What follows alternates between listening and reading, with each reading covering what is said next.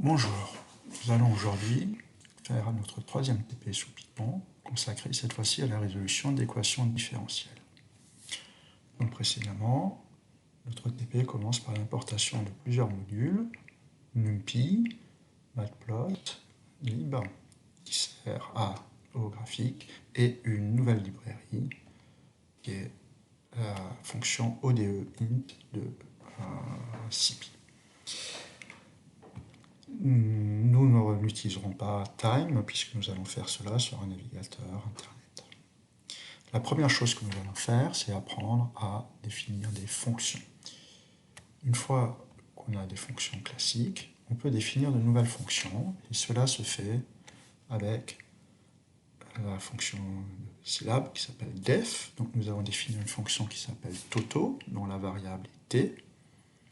Return sert à ce que toto retourne quelque chose.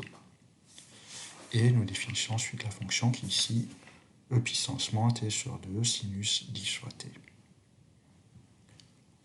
Et tout simplement, ensuite, si nous voulons calculer cette fonction au point 1, il suffit de taper toto 1, par exemple. Voilà ce que ça donne. Et évidemment, nous pouvons aussi tracer cette nouvelle fonction directement.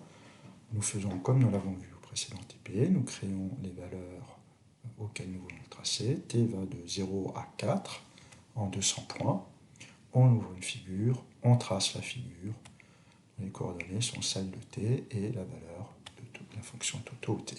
Et nous ouvrons ça dans une figure qui s'appelle fixant.png. Alors PNG est un format d'image, contrairement à PDF qui est un format mixte de texte. Donc ça s'ouvre également dans un navigateur. Voilà. Ceci fait, nous allons pouvoir passer à la suite qui consiste à résoudre l'équation différentielle.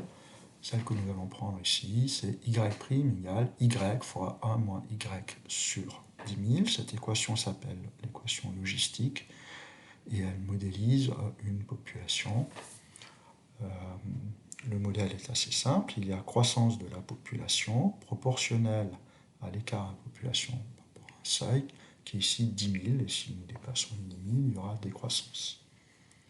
Cette équation modélise assez bien une population soumise à rien de particulier comme un choc extérieur. Donc nous commençons par définir une nouvelle fonction que nous avons appelée tutu. Alors il y a une petite subtilité avec le copier-coller. Pour que ça marche, il faut impérativement qu'il y ait un espace ici, de 4 caractères en standard ou 2, ça ira très bien. Mais il faut cet espace, sinon ça ne marchera pas, vous aurez un message d'erreur. Donc là, nous venons de définir la fonction tutu qui, à la valeur y et t, retourne y fois 1 moins y sur 10 000. Donc vous voyez que la variable t ne joue aucun rôle. Ensuite, la deuxième chose consiste à définir les valeurs auxquelles nous voulons tracer la solution. Donc t va aller de 0 à 6 en 60 étapes. Plus ce nombre est élevé, plus le calcul va prendre du temps.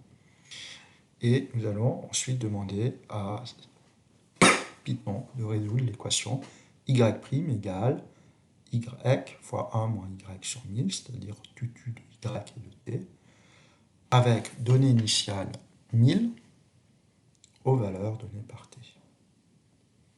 Et enfin, nous demandons de tracer cela et de sauver le résultat dans la figure 101.png, qui est celle-ci. Regardons ce que cela donne. Je vous rappelle qu'il faut avoir créé la figure avant. Vous voyez que ODE est un tout petit peu lent, et voilà la solution. Vous voyez qu'on est arrivé presque jusqu'à 10 000. Qui va être quelque chose de stagnant. On aurait pu prendre plus de points, et on aurait pu essayer d'aller un peu plus loin. Voyons ce que cela donne.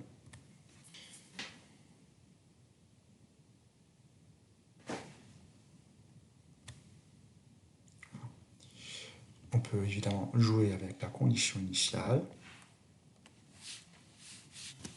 Regardons ce que cela donne si on dépasse le seuil.